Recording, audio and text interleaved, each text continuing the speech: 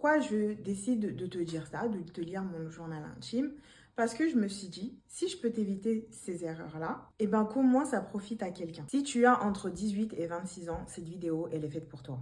Il y a quelques jours, j'ai eu 27 ans et je suis le genre de personne à tenir des journaux. C'est mon psy qui m'avait conseillé de écrire pour me libérer l'esprit parce que moi, je suis une overthinker, quelqu'un qui pense beaucoup, qui réfléchit beaucoup et j'avais commencé comme ça le journaling. Le 12 décembre 2024, donc il y a quelques jours, à minuit, je décide de prendre mon journal et d'écrire dedans ce que je ressens par rapport à la globalité de ma vie et au fait de rentrer dans mes 27 ans. Et à ce moment-là, je me suis posé la question, qu'est-ce que tu avais écrit en 2023? En fait, ce journal-là, c'est celui de 2022 à 2023. Je vais te lire ce que j'ai écrit en décembre 2022. Salut les popins, j'espère que vous allez bien. Bienvenue dans cette nouvelle vidéo. Pour ceux qui ne me connaissent pas, je m'appelle Aïda. Sur cette chaîne, je te documente ma vingtaine et je te partage les leçons que j'ai apprises dedans.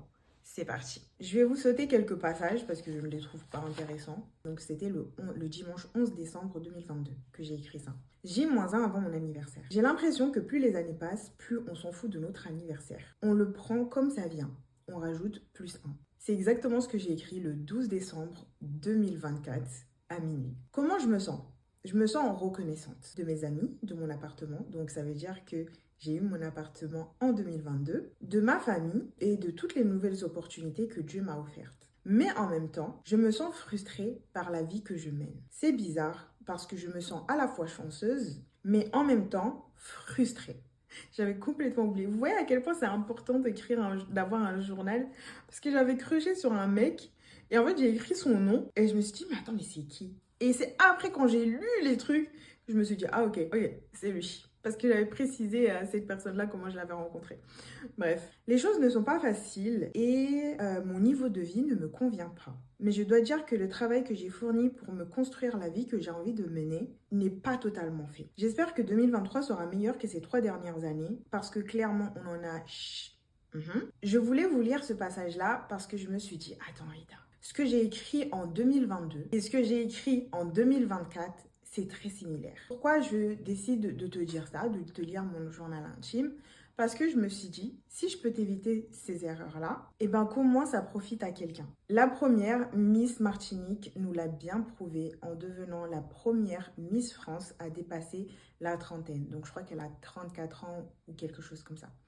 Il n'est jamais trop tard pour commencer. Que tu aies 35 ans, que tu aies 20 ans, que tu aies 25 ans, il n'est jamais trop tard pour commencer ou pour recommencer. Ce n'est pas parce que tu as eu un échec que cela veut dire que tu ne réussiras jamais. Les regrets les plus douloureux, c'est les engagements que tu ne tiens pas envers toi. C'est pour ça que je vous parle énormément de tenir ses engagements, d'aller jusqu'au bout de son projet, de faire en sorte de vraiment terminer ce que vous avez commencé parce que ça fait augmenter votre confiance en vous. Ça, c'est quelque chose que j'ai appris avec mon divorce. La vie est un perpétuel renouvellement. Et c'est OK qu'il y ait des gens qui sortent de votre vie. C'est OK qu'il y ait des gens qui soient de passage. Et même si ça fait mal, si ces personnes ne doivent plus être dans votre vie, il faut les laisser partir. Les actions que tu réalises maintenant définissent là où tu seras demain. J'ai envie que tu comprennes à quel point c'est super important que les habitudes que tu as maintenant, ça va t'emmener là où tu seras demain. Donc, il est important de dépenser ton temps intelligemment. Tu as une jauge journalier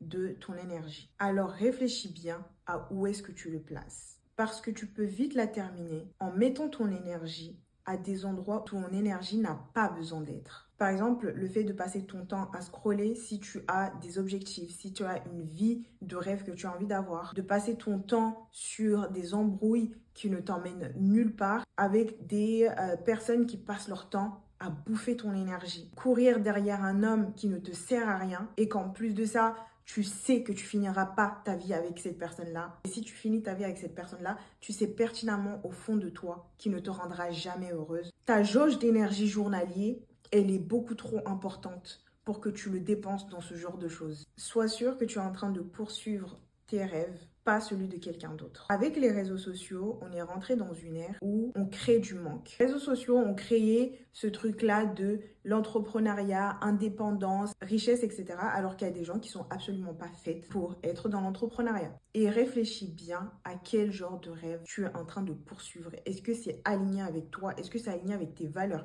Est-ce que c'est aligné avec tes principes? Est-ce que c'est aligné avec la personne que tu as envie de devenir. C'est super important de poursuivre le bon rêve. Même si ça prendra beaucoup plus de temps par rapport à d'autres, mais au moins tu es sûr de ce que tu es en train de faire. Tu peux te demander, est-ce que dans 5 ans, est-ce que dans 10 ans, tu te vois faire la même chose? Ça, c'est quelque chose qui marche assez bien parce que, comme je vous l'ai dit, moi, je suis quelqu'un qui a beaucoup d'idées, qui a envie de faire plein de choses dans sa vie. Et je me pose la question de, est-ce que dans 5 ans, est-ce que dans 10 ans, j'aurais envie de faire cette chose-là? Si je me dis non, ça veut dire que c'est quelque chose de passagère.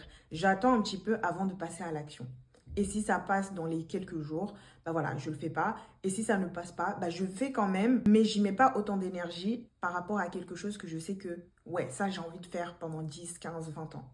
Vous voyez ce que je veux dire? En gros, le but, c'est de ne pas se frustrer. Si tu as envie de tester des choses, tu peux les faire, mais ne mets pas autant d'énergie que dans un projet que tu penses que tu as envie d'aller pendant 10, 15 ans, 20 ans dans ce truc-là. Faire est toujours mieux que ne rien faire. Concentre-toi à être constant sur une tâche, même si elle est petite, à voir sur du long terme, que de faire des grandes tâches pendant un certain moment et après tout lâcher. Faire chaque jour est préférable que de ne rien faire. Vise grand et commence petit. Je vous le répète tout le temps dans mes vidéos et je ne cesserai jamais d'arrêter de vous le dire.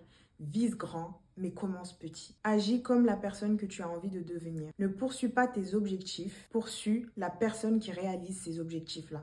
Ça sera beaucoup plus simple que de rester toi-même, la personne que tu es maintenant, et poursuivre les objectifs d'une personne qui n'est pas toi. Si tu as envie de courir un marathon, il faut que tu poses les actions d'une personne qui court un marathon. Passe plus de temps à agir qu'à rêver. Il est plus facile de passer sa vie dans sa tête. Moi, je suis quelqu'un qui est une daydreamer. Ça c'est pour les daydreamers. Les daydreamers, c'est des gens que même dans la journée, ils peuvent rêver. Donc, ils passent plus de temps à rêver. Sors de ta tête, sois présente et vis l'instant présent. Parce que ce que tu vis maintenant ne se reproduira pas 2 fois. On est dans une génération qu'on a l'impression qu'on contrôle notre temps. Alors que la seule chose dans ta vie que tu ne contrôles pas, c'est le temps. La seule chose que tu perds et que tu ne regagneras jamais, c'est du temps. Donc quand tu vis quelque chose, quand tu vis un moment, quand tu es avec tes proches, quand tu es toute seule, quand tu vis quelque chose, sois réellement dans le moment présent parce que ça ne se reproduira jamais, jamais 2 fois exactement de la même manière. Tu es ta propre limite, alors fais en sorte que chaque année, tu travailles sur un défaut que tu as. Exemple, en fin d'année, j'ai pris la décision de devenir une personne qui tient ses engagements. Que ça ne faisait pas partie de mon caractère et que je veux l'intégrer dans mon caractère. Je veux que quand les gens parlent de moi, disent c'est une personne qui tient ses engagements. L'année prochaine, je vais me concentrer sur un autre défaut et ensuite suite. D'où le pourquoi il est important de se connaître. Apprends à te connaître. Apprends où sont tes limites. Apprends ce que tu aimes, ce que tu n'aimes pas. Apprends tes défauts, apprends tes qualités. Ce qui va te permettre de te concentrer à corriger tes défauts et à apprécier tes qualités. Tes croyances définissent qui tu es, alors sois prudente quand tu te parles. Ne réagis pas à chaud. C'est très difficile à faire, mais prends toujours du recul avant de donner une réponse. Le plus gros contrat de ta vie vient de tomber, l'opportunité de ta vie vient de tomber. Prends quand même du temps pour digérer la nouvelle et donner une réponse. Ou quand tu te disputes avec quelqu'un, quand tu sens que les choses vont monter et que tu peux partir assez vite, surtout quand tu as la bouche, prends le temps de prendre du recul pour ne pas regretter tes mots. Sachant que les mots ont un poids, tu peux détruire quelqu'un avec ta bouche. Donc s'il te plaît, prends le temps de réfléchir, prends le temps de prendre du recul et parfois même, il y a des disputes qui n'en valent même pas la peine. Tu ne prends même pas le temps de répondre. Avoir tout le temps raison, c'est pour les gens qui n'aiment pas la paix. Avoir tout le temps raison, c'est pour les personnes immatures. Donc parfois, il faut juste que tu saches qu'il y a certains combats qui ne valent même pas la peine d'être menés parce que tu priorises ta paix. Tu ne peux pas aider quelqu'un ou sauver quelqu'un qui n'a pas envie d'être sauvé. Arrête de vouloir faire le travail de Dieu. Si cette personne-là n'a pas envie d'être aidée, si cette personne-là ne te demande pas de l'aide, si cette personne-là, et que peut-être que tu fais un effort pour te proposer ton aide, etc., et que cette personne-là t'envoie chier, t'envoie balader, laisse ça. C'est plus ton problème. Tu as fait ce que tu as pu. Ne va pas te mettre en danger. Ne va pas détruire ta santé mentale parce que tu as envie de sauver quelqu'un. Si une personne ne veut pas de ton aide, tu ne peux rien faire. Ça peut être frustrant, je peux l'entendre, mais tu ne peux rien faire. Cultive une relation saine avec ton Seigneur parce qu'il est la seule personne qui sera toujours là pour toi. Écoute toujours ton intuition parce que même quand tu te trompes, tu auras toujours moins mal que si c'est quelqu'un d'autre qui prend la décision à ta place. Fais du sport en compétition, ça augmente ta confiance en toi. Même ça peut ne pas être en compétition, mais qui a un objectif de dépassement, etc. Parce que vraiment, ça joue sur ta confiance en toi. Par exemple, moi, les marathons, je sais que c'est quelque chose qui augmente ma confiance en moi. Je me prouve que je suis capable de faire quelque chose et du coup, ça a un impact sur toute ma vie.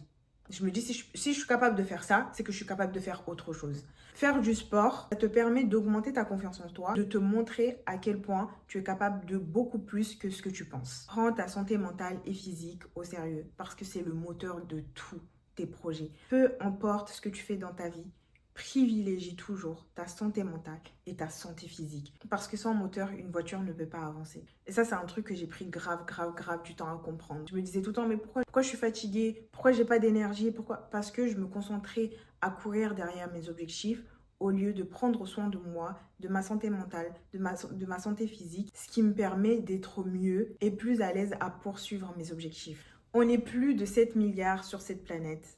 Tu n'es qu'un grain de sable parmi toute cette humanité et personne ne va venir te sauver. Donc, lève-toi, fais le travail nécessaire pour te sortir de là où tu es. Ça, c'est une phrase que ma prof de couture m'a apprise. C'est bon ne s'écrit pas avec un C. Donne toujours la chance à quelqu'un. Si elle te trahit, tu la dégages. Bon ne s'écrit pas avec un C. Là où tu mettras ton focus, c'est là où tu iras. Tes ambitions sont légitimes. Si Dieu a décidé de mettre ça dans ton cœur, c'est parce qu'il sait que tu es la bonne personne pour réaliser ça. Il m'a mis l'amour de la couture. Il m'a mis l'amour de partager mon expérience. Voilà pourquoi je suis devant toi. Continue de sortir de ta zone de confort et de t'ouvrir à la vie. Tu as plein d'opportunités, tu as plein de choses à découvrir, tu as plein de personnes à rencontrer. Il y a des gens qui vont te faire du mal, il y a des gens qui vont te trahir, il y a des gens qui vont devenir des personnes essentielles à ta vie. Ne te ferme jamais les portes sous prétexte qu'on t'a blessé. Je t'en supplie, pour moi, fais ça. Vis ta vie, expérimente la douleur, expérimente l'amour, expérimente la joie, expérimente les situations difficiles, sors de ta zone de confort, je t'en supplie. Et enfin, la 27e leçon que j'ai apprise, c'est que tout ce que je sais, c'est que je ne sais pas. J'ai encore plein de choses à apprendre. J'espère que ces conseils t'aideront. J'espère qu'il y en a certains qui reviendront naturellement dans ta tête. Dis-moi en commentaire quelle est la leçon que tu as le plus retenue naturellement ou les 3 leçons que tu as retenues naturellement. Je te dis à la prochaine pour une nouvelle vidéo et je te fais des gros bisous!